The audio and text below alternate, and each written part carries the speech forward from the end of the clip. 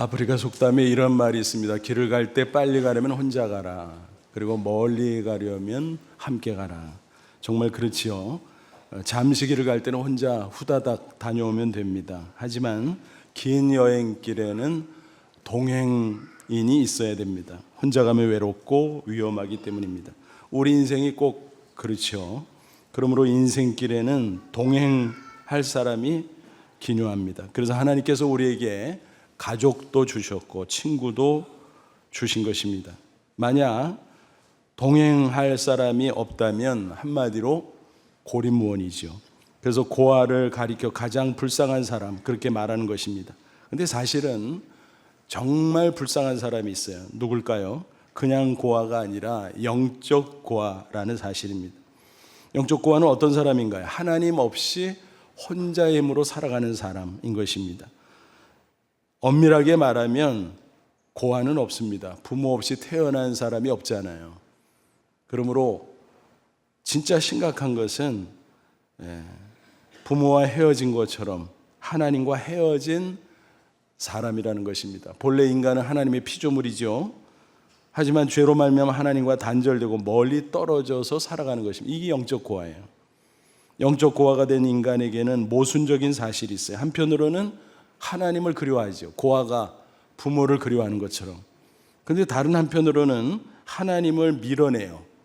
거부해요. 심하게는 하나님이 없다고까지 말합니다. 그러다 보니까 그 모순 속에 인간은 외롭고 힘들고 그런 것입니다. 마침내 영원한 멸망으로 떨어지는 것입니다. 정말 안타까운 일이죠. 불쌍한 일이 아닐 수 없죠. 다행히 하나님께서는 이런 인간을 방치하지 않고 찾아오셨습니다. 어떻게 해요? 하나님의 아들 예수 그리스도로 이 땅에 인간으로 보내주셨어요. 하나님을 육안으로 볼 수 없지만 육안으로 볼 수 있는 하나님의 아들을, 그래서 예수님께서 이 땅에 거하시면서 말씀으로 가르쳐 주시고 또 여러 이적으로 증거해 주셔서 하나님이 계신 것과 예수님이 하나님의 아들인 것을 보여주셨던 것입니다. 그런데 이제 예수님께서 떠나실 때가 가까웠어요. 3년가량 제자들은 다른 백성들에 비해서도 특별한 축복을 받았죠. 늘 예수님과 동행하는 축복. 그런데 예수님이 십자가에 못 박히기 전날 최후의 만찬 자리에서 심각하게 말씀하셨어요. 사실은 그 전에도 몇 번 말씀하셨는데 제자들이 알아듣지 못했을 뿐이죠. 내가 떠나갈 것이다. 그러자 제자들은 불안했어요. 야, 예수님이 떠나가시면 우리는 어떻게 되는 거지? 고아잖아, 고아. 그런 생각을 했어요. 오늘 이 말씀의 내용이 바로 다락방 설교, 요한복음 14, 15, 16장 중에 한 부분으로 우리 앞에 있습니다. 그들은 지난 3년가량 예수님과 함께 했기 때문에 외롭지 않았어요. 두렵지도 않았습니다. 그런데 떠나가시니 큰일 났다 싶었던 것입니다. 그렇게 불안해하는 그들에게 예수님이 말씀하셨어요. 18절, 내가 너희를 고아같이 버려두지 아니하고 너에게로 오리라. 너희로 오리라. 예수님이 십자가에 죽으시고 부활하시고 승천하셨다가 오리라. 여기서 말하는 것은 재림이 아닙니다. 장차 부활하신 몸으로 하나님 보좌 우편에 계시다가 종말의 날 오실 거지만 재림이죠. 그게 아니고 그 전에 오시는 것을 말씀합니다. 그건 뭘까요? 성령 강림입니다. 성령은 성부, 성자, 성령 삼위일체 하나님 가운데 삼위 하나님이죠. 성부 1위 하나님, 성자 예수 그리스도 2위 하나님, 성령 3위 하나님, 이렇게 부르니까 등수를 매기는 것처럼 오해할 수 있어요. 차등이 있는 것처럼 오해할. 근데 그건 아니에요. 동등하시고 동일하신 하나님입니다. 성부, 성자, 성령. 그러니까 신비롭죠. 셋인데 왜 유일하신 하나님이라 그래? 인간의 머리로 이해하기 어렵습니다. 동일하신 하나님. 우리 피조물인 인간이 아무리 똑똑하다고 할지라도 그 무한광대하신 하나님, 신비로운 하나님을 정확하게 이해할 수 있을까요? 없죠. 우리의 작은 머리로 이해할 수 있는 하나님이라면 이미 하나님이 아니죠. 제한적인 존재잖아요. 이해 안 되는 게 당연하다라는 것입니다.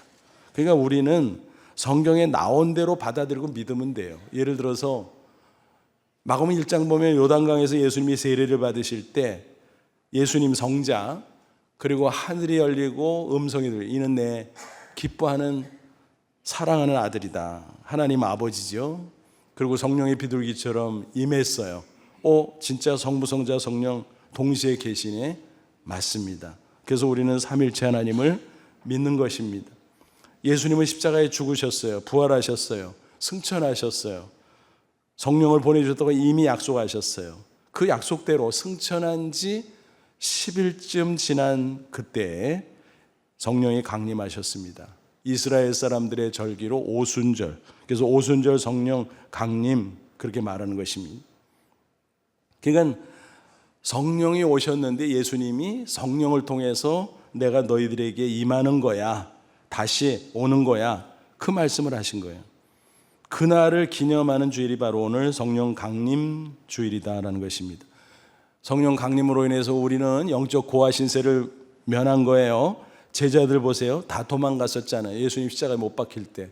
근데 부활하셨어요. 예수님 나타나셨어요. 와, 우리 예수님 부활하셨네. 미리 말씀하셨지만 믿지 않았을 뿐이죠. 근데 이제 믿었습니다. 근데 예수님이 갔다가 성령을 통해서 다시 오신다는 거예요. 그러니까 그들이 기도로 준비했습니다. 사도행전 2장 보니까 오순절에 성령 강림. 그래서 그들은 각각 성령 충만받고 담대해졌어요. 예수님이 함께 하는데 성령을 통해서 무서울 게 뭐가 있어요. 그래서 핍박을 무릅쓰고 나가서 만백성에게 복음을 증거했죠. 그런 놀라운 일이 바로 사도행전에 기록이 돼 있고, 이처럼 예수님이 성령을 통해서 함께 임재하시고 동행하시는 축복, 그것이 바로 성령 강림의 축복이다라는 것입니다. 오늘 이 시간 말씀을 통해서 다시 한번 성령의 임재와 동행의 축복을 재확인하시 바랍니다. 그래서 이제는 더 이상 영적 고아가 아니라 예수님과 동행하며 살아가는 하나님의 백성들, 그 확신을 가지고 당당하게 승리하는 저와 여러분 되시기를 주님의 이름으로 축원합니다. 오늘 본문에 보니까 예수님을 가리켜 뭐라 그랬어요? 성령을 가리켜서 예수님이 또 다른 보혜사라 그랬죠. 16절 보세요. 내가 아버지께 구하겠으니 그가 또 다른 보혜사를 너에게 주사 영원토록 너희와 함께 있게 하시리니 그랬습니다. 그래서 또 다른 보혜사, 성령의 별명입니다. 이 보혜사라는 단어는 헬라어 성경 원어로 파라클레토스, 이건 합성어예요. 두 단어가 합쳐졌어요. 파라, 곁에라는 뜻의 접도예요. 그리고 뒤에 말은 원래 동사에서 명사가 된 건데 동사 칼레오, 부르다라는 뜻이에요. 그래서 이 두 단어가 합쳐져서 수동의 의미를 가진 명사가 됐는데 무슨 뜻인가 하면 곁으로 부름을 받은 자라는 거예요.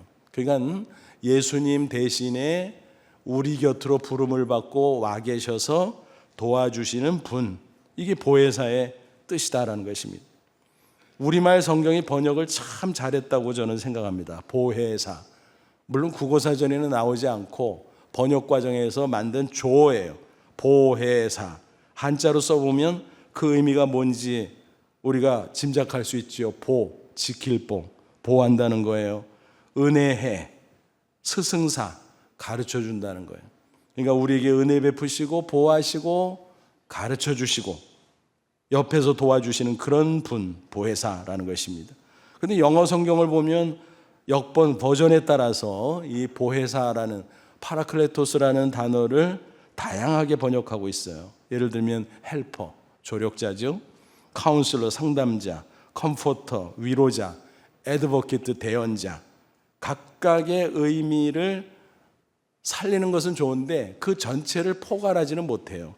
근데 우리말 성경의 보혜사는 이 전체를 포괄하고 있어요. 그런 점에서 우리말 성경의 보혜사라는 번역은 진짜 잘했다라고 평가할 수 있습니다.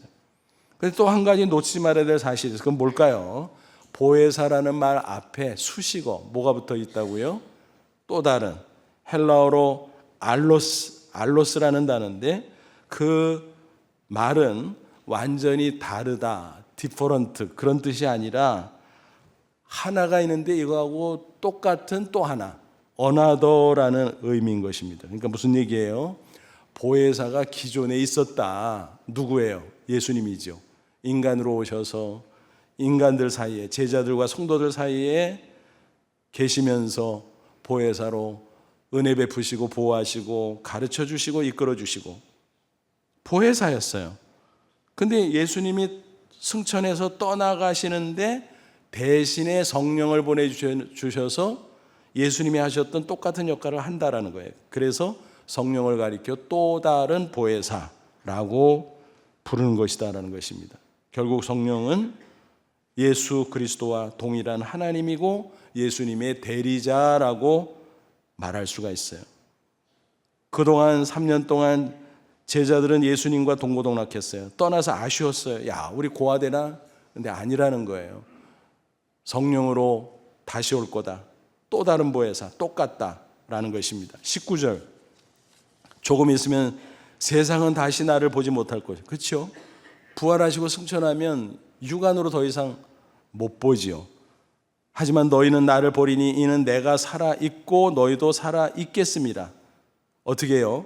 성령을 보내주시기 때문에 육안으로 보는 게 아니라 성령으로 거듭나고 하나님의 자녀가 된 성도는 영안이 떠져서 영안을 통해서 예수님을 본다라는 것입니다. 그게 성령의 오신 뜻인 겁니다. 그리고 유익인 것입니다. 그 관계가 얼마나 영적으로 깊고 친밀한지 20절은 뭐라고 말합니까? 그날에는, 성령이 강림한 날에는 내가 아버지 안에 있고, 성부 성자 성령이니까 당연하죠. 그리고 너희가 내 안에 내가 너희 안에 있는 것은 너희가 알리라. 무슨 얘기예요? 성령을 통해서 그런 놀라운 일이 벌어진다는 거. 여러분, 이거를 물질적으로 이해하려면 이해가 안 돼요. 작은 것과 큰 것이 있다 할 때 작은 것이 큰 것에 들어가면 끝이잖아요. 이게 서로 그 안에 있을 수가 없죠. 그죠? 그래서 영적인 차원에서 너희가 내 안에 내가 너희 안에 있다라고 말씀을 하신 것입니다. 그래서 이 관계를 신비로운 연합관계라고 말해요. 그렇게 성령과 우리는 예수 그리스도 안에서 하나가 되는 것입니다. 설명하기가 참 쉽지 않은데 물질로 설명을 해서 영적인 것을 밝힌다? 이게 쉽지 않잖아요.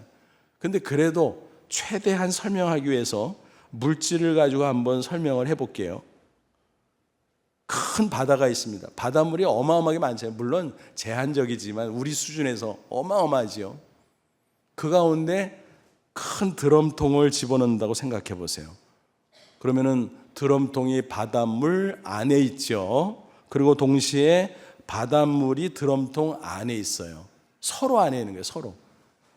예수 그리스도께서 성령을 통해서 우리 각각 사이에 그런 신비로운 연합관계를 가진다는 것입니다. 내가 예수님 안에, 예수님이 내 안에. 그게 성령의 놀라운 역사인 것입니다. 여러분, 예수님께서 부활하시고 승천하실 때 마지막에 남겨주신 말씀 기억하시잖아요. 마태복음 28장 20절 하반절, 지상명령 주시고 말씀하시기를 볼지어다 내가 세상 끝날까지 너희와 항상 함께 있으리라. 여러분, 육신적으로 이해하려면 말이 안 되죠. 제자들로부터 멀어져요. 그런데 너희들과 항상 함께 있겠다. 말이 안 되죠. 여러분, 떠나가는 사람이 여러분과 함께 있을게요, 영원히. 물론 생각을 한다는 말은 되지만 실질적으로는 함께 있는 게 아니잖아요. 그럼에도 그렇게 말하면 그 사람이 이상한 사람이죠. 근데 예수님이 그렇게 말씀한 거예요. 근데 예수님이 이상한 분이 아닌 이유는 성령을 통해서 실질적으로 다시 오셔서 함께 하시기 때문이다 라는 것입니다. 그게 성령 강림인 거예요. 심지어 고린도전서 3장 16절에 이렇게까지 말씀하셨어요. 너희가 하나님의 성전인 것과 하나님의 성령이 너희 안에 거하시는 것을 알지 못하느냐. 너희들은 성전이야. 성전 건물 안에 하나님이 계신 것처럼 우리 몸을 마치 건물인 것처럼 예수님께서 성령을 통해서 들어와서 함께 사신다라는 거예요. 그걸 가리켜서 뭐라 그래요? 성령의 내주라고 말합니다. 여러분, 예수님을 믿는 성도라면 예외가 없어요. 다 성령님이 그 속에 들어가셔서 함께 내주하신다라고 하는 것입니다. 그러니까 이 모든 말씀을 한마디로 표현하면 뭐예요? 성령은 보혜사, 예수님과 똑같은 또 다른 보혜사로서 영원히 곁에서 도와주신다. 각각의 성도들에게. 그러니까 뭐예요? 평생의 전속 도우미. 특급 도움인데 전속이에요. 우리 각자에게. 그리고 평생이에요. 이거 얼마나 놀라운 축복입니까? 여러분, 이것이 성령 강림의 축복이라는 사실을 기억하시기 바랍니다. 구약시대도 성령은 계셨어요. 왜? 하나님이니까. 영원 전부터 계셨잖아요. 근데 구약시대는 특정한 소수의 사람에게 잠깐 나타나갔다가 어떤 일을 수행하시고 떠나시는 그런 시기였어요. 근데 우리는 전혀 다르게 오순절 성령 강림 후에 믿는 성도 각자에게 성령이 오셔서 영원히 함께 하세요. 내주하세요. 떠나지 않아요. 그러면서 성령님이 어떤 일들을 해주실까요? 성경을 연구해 보면 무지무지 많아요. 근데 그 중에서 오늘 본문 그리고 앞뒤 참조하면서 몇 가지만 추려서 말씀드리면 4가지 소개해 드릴 수 있어요. 구원해 주시고, 인도해 주시고, 보호해 주시고, 위로해 주세요. 첫째는 우리를 구원해 주십니다. 예수님이 십자가에 못 박히면서 다 이루었다, 우리 죄를 담당했다고 선포하셨지만 그것을 우리가 듣고 믿어야, 고백해야 개인적으로 구원받잖아요. 근데 그 과정 속에서 성령께서 역사하신다는 것입니다. 아무리 예수님의 십자가 복음에 대해서 들어도요, 이게 믿어지질 않는 거예요, 인간의 이성으로는. 근데 성령이 임하면 제일 먼저 뭘 깨닫냐면 내가 죄인이라는 걸 깨달아요. 그 전에는요, 뭐 세상에서 엄청난 죄를 저지르면 자타가 공인하는 죄인이지만 보통의 사람들은 나름대로 뭐 내가 바르게 살려고 애썼는데 내가 무슨 죄인이야 반발할 수 있습니다. 근데 성령이 임하면요, 이 속이 다 들여다보여요. 얼마나 내가 나쁜 생각을 하면서 살았나, 때때론 얼마나 나쁜 언행이 있었나 다 보여요. 그래서 난 죄인이라는 걸 깨닫게 되죠. 근데 거기서 끝나는 게 아니에요. 그럼 어떡할래? 죄의 삭슨 삼아 영원히 멸망할 수밖에 없는데 예수님이 그래서 오셨어. 하나님의 아들인데 십자가에 피 흘려 죽었다가 부활하셨어. 그거 믿으면 죄 사해 주시고 영원한 사망에서 구원해 주시고, 그거 믿을래? 네, 믿어요. 나에게 예수님이 필요합니다. 성령께서 바로 그것을 깨닫고 믿고 고백하고 받아들이게 하는 거예요. 그래서 고린도전서 12장 3절은 뭐라고 말할까요? 성령으로 아니하고는 누구든지 예수를 주시라 할 수 없느니라 그랬습니다. 그러니까 예수님을 구주로 믿게 되는 거는 그냥 되는 게 아니라 성령이 오셔서 깨우쳐 주시고 도와주시기 때문에 가능하다는 것입니다. 어느 여집사님이 오랜 기도 끝에 시어머님을 모시고 교회에 나왔습니다. 그동안 얼마나 기도하고 눈물을 흘렸겠어요. 또 부탁을 드렸겠어요. 너무 기뻤습니다. 근데 그날 시어머니가 예배 시간에 은혜를 받은 거예요. 근데 그때는 뭐 은혜를 받은 건지 뭔지 본인은 모르시죠. 그러나 어떤 일이 있었냐면은 말씀을 듣는데 꼭 나에게 하는 얘기네, 내 얘기야 내 얘기. 심지어는 어떤 것은 마음에 찔리기까지 했어요. 그래서 무슨 생각이 들었냐면은 목사가 어떻게 알지? 혹시 우리 며느리가? 그래서 집에 가서 넌지시 물었습니다. 예, 너 혹시 교회 가서 우리 집안 얘기했니? 그러니까 며느리가 놀래가지고, 아니 어머니께 뭔 소리예요? 내가 뭐 하려고 집안 얘기를 교회 가서 해요? 특히 목사님하고 개인적으로 대화한 적도 없는데 무슨 말씀이에요? 그래? 그리고 넘어갔어요. 또 교회를 갔어요. 근데 비슷한 일들이 몇 번 있었어요. 또 묻습니다. 너 진짜야? 집안 얘기 안 했지? 아니라니까요. 무슨 말씀이에요? 그랬더니 그걸 실토하는 거예요. 꼭 내 얘기하는 것 같아, 야. 그래서 그때 아하, 은혜를 받으셨구나.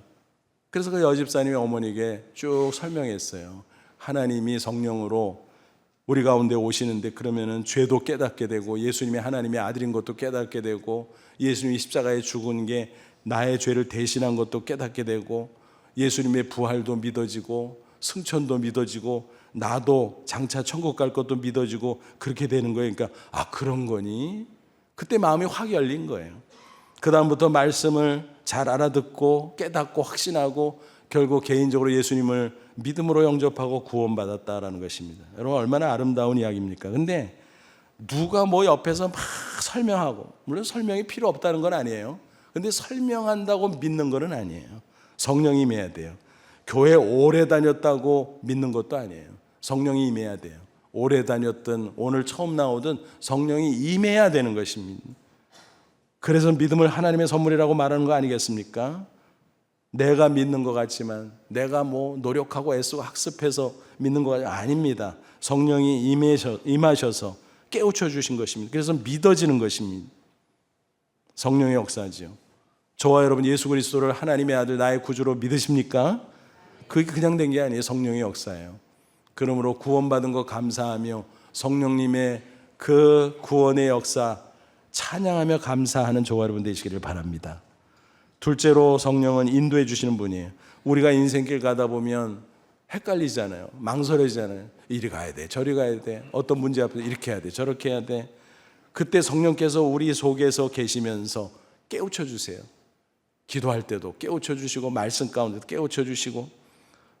요한복음 14장 26절 보면 보혜사 곧 아버지께서 내 이름으로 보내실 성령, 보혜사 성령, 그가 너에게 모든 것을 가르치시고 내가 너에게 말한 모든 것을 생각나게 하리라. 예수님의 말씀, 기록된 성경 말씀, 그걸 읽고 묵상할 때 이게 이런 뜻이구나 깨우쳐 준다는 거예요. 그리고 기도할 때도 내가 이런 문제가 있는데 하나님이 이렇게 하라나 보다, 마음속에 깨우쳐진다는 거예요. 확신케 된다. 여러분, 그게 없으면요, 성경을 읽어도 검은 거는 글씨, 흰 것은 종이에요. 몰라요. 세상에서 학박사라도요, 교회 와서 앉아있으면 목사가 한국말로 얘기하는데 뭔 소리인지 몰라. 단어 뜻을 모른다는 게 아니라 영적인 진리를 깨닫지 못한다는 거예요. 성령이 임해야 깨닫는 것입니다. 그 가운데 하나님의 뜻을 발견하고 그 하나님의 뜻을 따라가는 게 성령의 인도를 받는 거예요. 그럴 때 인생이 얼마나 잘 풀리겠습니까? 사도 바울이 증거합니다. 로마서 8장 14절, 무릇 하나님의 영 성령으로 인도함을 받는 사람은 곧 하나님의 아들이라. 그러니까 하나님의 자녀는 성령을 이미 받았기 때문에 성령님이 전속 가이드가 되셔서 인생길을 인도해 준다라는 거예요. 여러분, 그러면 어떻게 되겠습니까? 훨씬 풍성하고 아름다운 인생을 살아갈 수 있습니다. 내 생각하고 하나님의 생각하고 얼마나 차이가 많이 나겠어요. 하늘 땅보다 더 차이가 나잖아요. 그러니까 하나님이 없이 사는 사람은 성령의 인도를 받지 못하기 때문에 기껏해야 자기 생각, 자기 아이디어, 자기 노력만큼밖에 못 살아요. 그러니까 거기서 거기지요. 그러나 성령의 인도 따라 하나님의 뜻대로 나아가면 하나님이 예배하신 크고 놀라운 일을 경험하게 될 줄로 믿습니다. 흔히 사도 바울을 가리켜서 세계 복음화의 주역이다, 신약 성경에서 베드로와 두 사람은 양대 산맥이다, 뭐 이렇게 표현해요. 맞는 말이에요. 틀린 거 아니지요. 근데 정확하게 말하면 그 가운데 함께 하셨던 성령님이 위대하신 거예요. 예를 들어 볼게요. 사도행전 16장 보면 바울이 2차 선교행 중인데 1차 때 소아시아, 지금의 튀르키예 몇 도시를 이렇게 다니면서 복음을 전했어요. 근데 2차 때 거기를 다시 순회했어요. 그리고 조금 좀 확장해서 그 주변, 그래서 자기 생각으로는 예전에 전도해서 믿은 사람들 잘 믿나 한번 볼까? 가서 확인도 하고 양육도 하고 또 교회로 모일 수 있도록 다시 세워주고, 그것도 중요하고 필요하지요. 근데 이상하게 가는 데마다 막히는 거예요. 여기 가도 막히고 저기 가도 막히고. 그러니까 너무너무 왜 이래, 내가 복음 전하는 게 또 양육하는 게 잘못된 건가? 아니, 분명히 좋은 일인데. 맞아요, 좋은 일인데 더 좋은 일이 있었어요. 하나님의 뜻 가운데는 뭐지요? 여기는 다른 사람한테 맡겨. 그리고 너는 여기를 떠나 저 유럽으로 가라. 그게 하나님의 뜻이었어요. 근데 몰랐던 거예요. 그러니까 자기 생각으로 거기서만 뱅뱅 돈 거예요. 그러니까 자꾸 막혔지. 하나님이 막으신 거지요. 그래서 아마 고민 가운데 밤새 기도를 했던 것 같아요. 그 가운데 환상을 봤어요. 마게도냐 사람이 손짓을 하는, 이리 와서 우리 좀 도와주세요. 무릎을 탁 쳤습니다. 옳거니 그래서 그랬구나. 하나님의 뜻이 바다 건너 유럽으로 가라는 거구나. 그래서 순종합니다. 빌립보에 갔더니 예비된 영혼들이 있어요. 그들을 만나서 그들에게 복음을 전하고 그들이 회심하고 그들을 통해서 교회들이 세워지고, 여러분 얼마나 놀라운 일이 벌어졌는지 몰라요. 그 후에 유럽으로 점점 복음이 확산됐고 유럽 복음화, 세계 복음화, 그렇게 이루어진 것입니다. 오늘 우리도 마찬가지예요. 내 아이디어와 생각으로 살면 거기서 거기에요. 그러나 성령의 인도를 받으면 크고 놀라운 하나님이 예비한 우리의 미래가 전개될 줄로 믿습니다. 그런 축복의 미래를 맞이하시는 저와 여러분 되시기를 축원합니다. 셋째, 성령은 보호해 주시는 분이에요. 제자들이 고와 같이 버려두지 않겠다, 다시 오겠다, 성령 강림을 통해서 보혜사로 계속 역사해 주시겠다는 말씀이지요. 그 가운데 보호하시는 게 큰 거지요. 염려하지 마, 두려워하지 마, 내가 성령을 통해서 너희들과 함께 한다라는 것입니다. 그러면 반드시 승리하겠죠. 요한일서 5장 18절, 하나님께로부터 나신 자가, 하나님부터 나신 자가 누구예요? 예수님, 성령님, 그를 지킴에 악한 자가 그를, 성도지요, 만지도 못한 노터치. 성령님이 함께하기 때문에 아무도 못 건드려, 악한 원수 사탄 못 건드려, 또 악한 세력 못 건드려 보호해 주신다라는 것입니다. 여러분, 이보다 더 확실한 경우가 어디 있습니까? 우리가 인생 살 때 위험하잖아요. 그러다 보니까 경호를 하잖아요. 경호원을 두기도 하고 여러 장치를 통해서 경호를 하고, 우리 자녀들 생각하면 얼마나 불안해요. 그래서 그런 장치에 또 사람을 붙이고 막 이러잖아요. 근데 그게 한계가 있어요. 불완전해요. 하지만 보혜사 성령은 늘 언제여서 뭐든지 함께하면서 보호해 주신다는 사실입니다. 오래전 월남전에 참전한 청년이 있었습니다. 다행히 그의 어머니는 기도의 사람이었습니다. 밤이고 낮이고 전장에 나간 그 아들을 위해서 소식을 자주 들을 수 없지만은 기도했습니다. 하나님 보호해 주세요. 성령님 그곳에도 계시죠? 우리 아들 지켜주세요. 이제 시간이 흘러서 무사 제대하고 귀국을 하게 됐습니다. 얼마나 감사한지. 아들이 자기의 경험을 쭉 이야기합니다. 근데 한 번은 죽을 뻔했다는 거예요. 어떤 상황이었는가 하면은 베트콩과 치열한 전투를 벌이고 있는데 포탄이 쫙 날아오는 거예요, 저쪽에서. 그래서 순간 야, 피해야 되겠다. 그리고 이쪽으로 딱 피하려고 그러는데 갑자기 소리가 들린 거예요. 멈춰! 빨리 엎드려! 그 소리와 함께 누군가 자기를 막 내려 누르더라는 겁니다. 그래서 엉겁결에 그냥 그 자리에 엎드리고 가만히 있었습니다. 근데 다음 순간 바로 자기가 피해서 가려고 했던 그 지점에 포탄이 꽝 떨어지더라는 겁니다. 그래서 아슬아슬하게 살아났는데 잠시 후에 정신을 차리고 보니까 아무도 없는 거예요. 야, 신기하다. 분명히 내가 소리 들었는데, 분명히 누가 나를 눌렀는데, 그 얘기를 했더니 어머니가 내가 기도했어, 내가 성령님들 지켜달라고. 아들이 눈물 흘리면서 그랬구나. 야, 성령님이 나를 지켜줬구나. 여러분, 성령님은 오늘도 그렇게 우리를 보호한다는 사실을 꼭 믿으시고 어떤 경우에도 성령님의 도우심으로 승리하시기를 축원합니다. 넷째, 성령을 위로해 주시는 분이에요. 보혜사라는 단어, 파라클레스토라는 단어를 영어 성경 번역한 것 중에 어떤 게 있었다 그랬어요? 상담자, 카운슬러, 그리고 위로자, 컴포터. 바로 그분이에요. 우리가 고난 가운데 있을 때 방치하지 않고 우리를 위로해 줘요. 어려운 일에 대해서 상담해 줘요. 야, 이렇게 힘을 내. 너 괜찮아. 승리할 거야. 격려해 줍니다. 바울 같은 사람 보세요. 얼마나 많은 고난을 당했습니까? 죽을 고비도 여러 번 넘겼어요. 근데 그는 그런 가운데 성령의 위로를 체험했습니다. 그리고 그는 간증했습니다. 고린도서 1장 보면 3절 이하에 쭉 보니까 자기가 어떤 고난을 당했나 쭉 얘기하는데 어떻게 승리했는가? 하나님은 모든 위로의 하나님입니다. 어떤 고난 가운데도 위로해 주시더라. 그리고 고난이 넘쳤는데 그리스도의 위로는 더 차고 넘쳤다. 그게 이길 수 있었다는 거예요. 그러니까 고난도 있지만 위로는 더 커. 그러니까 위로받을 수 있고 세임 얻을 수 있고 승리할 수 있다는 것입니다. 이게 바로 바울의 승리 간증입니다. 여러분, 다음에 소개하는 사람 과연 누굴까 한번 상상해 보세요.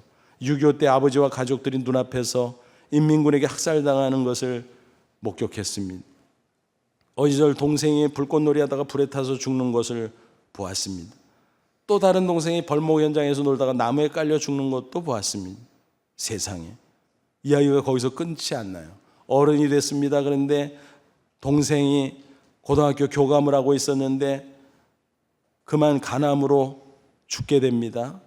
그리고 어린 네 딸을 남겨두었습니다. 또 자기 자신의 딸이 젊은 날의 위암으로 죽어가면서 어린 딸을 부탁했습니다. 그거 벌써 여러 명이잖아요. 그래서 본인의 고백으로 고아원을 차려야 될 정도로 부모 없는 유자녀들을 떠맡게 됐다라는 것입니다. 여러분, 기가 막히잖아요. 여러분, 이런 사람이 과연 어떤 인생을 살았을까요? 온전히 살아갈 수 있을까요? 근데 놀랍게도 그 사람의 이름은 고 김준권 목사님이에요. CCC 한국 대학생 선교회 총재를 지내시고 60년대, 70년대, 80년대 수십 년 동안 이 땅의 청년 대학생들에게 복음을 증거하고 그들을 복음의 일꾼으로 세우고, 그래서 지금도 각계각층, 특별히 교계, 그분의 제자들, 그분의 영향을 받은 사람들이 다 포진하고 있어요. 오늘날 한국교회를 위해서 많은 사역자들이 헌신했지만 이분의 헌신을 절대로 빼놓을 수는 없습니다. 야, 어떻게 그렇게 살 수 있었을까? 그런 이런 고백을 남겼습니다. 정직하게 고백하면 나는 하나의 얼굴로는 웃고 다른 얼굴로는 운다. 그 말 속에 다 들어가 있잖아요. 그럼에도 나는 깊은 위로와 감사와 찬송과 평안을 누린다. 그것은 나에게서 나온 것이 아니라 성령으로부터 나온 것이다. 성령의 위로가 있었다는 거예요. 고난보다 더 큰 성령의 위로. 그래서 그는 감사할 수 있었고 눈물 가운데도 웃을 수 있었고 또 능력받고 놀라운 사역들을 감당할 수 있었다라는 것입니다. 여러분, 보혜사 성령님은 이렇게 위대하고 또 놀라우신 분인 줄로 믿습니다. 오늘 성령 강림주를 맞이하고 보내면서 우리가 다시 한번 성령 충만을 경험하길 바랍니다. 저와 여러분이 예수 믿고 구원받아서 이미 성령이 와 계세요. 내 속에, 또 우리 가운데. 근데 문제는 뭘까요? 육신의 삶에 얽매여 살다 보니까 성령을 소멸하는 거예요. 소멸한다는 것은 성령님이 떠나간다는 게 아니라 비유적으로 말하면 우리 마음 중심에 모셔야 되는데 저 구석으로 밀어 제껴 놓고 내가 주인 노릇하면서 내 생각, 내 노력으로만 나 혼자서만 사는 영적 고아가 돼버리는 거예요. 고아가 아닌데 얼마나 한심합니까? 그래서 성령 충만을 받아야 됩니다.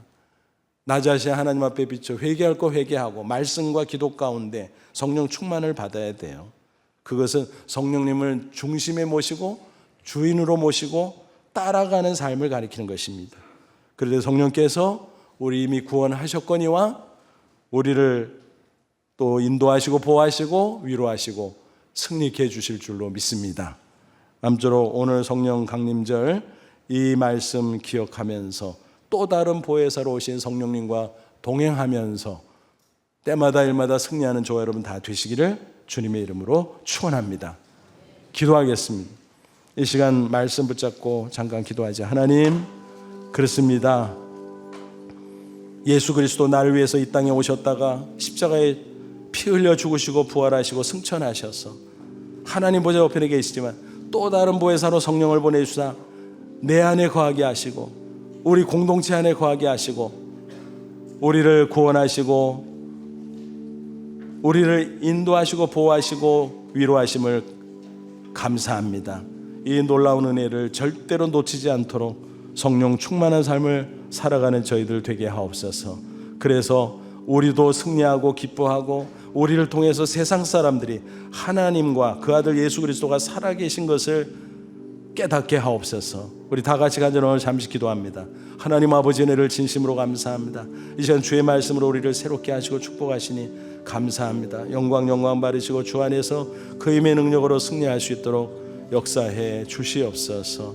주님과 동행하며 나아갈 때 아버지 하나님이여 보혜사 성령께서 우리의 마음을 터치해 주시고 구원의 확신 또 위로받고 세임 얻게 하시고 또 우리가 갈 길을 몰라 방황할 때 인도해 주심으로 말미암아 당당히 승리하게 하시고 어려운 일 당할 때 온전하게 보호하심을 경험하며 승리의 인생 살아가는 저희들 다 될 수 있도록 역사해 주시옵소서.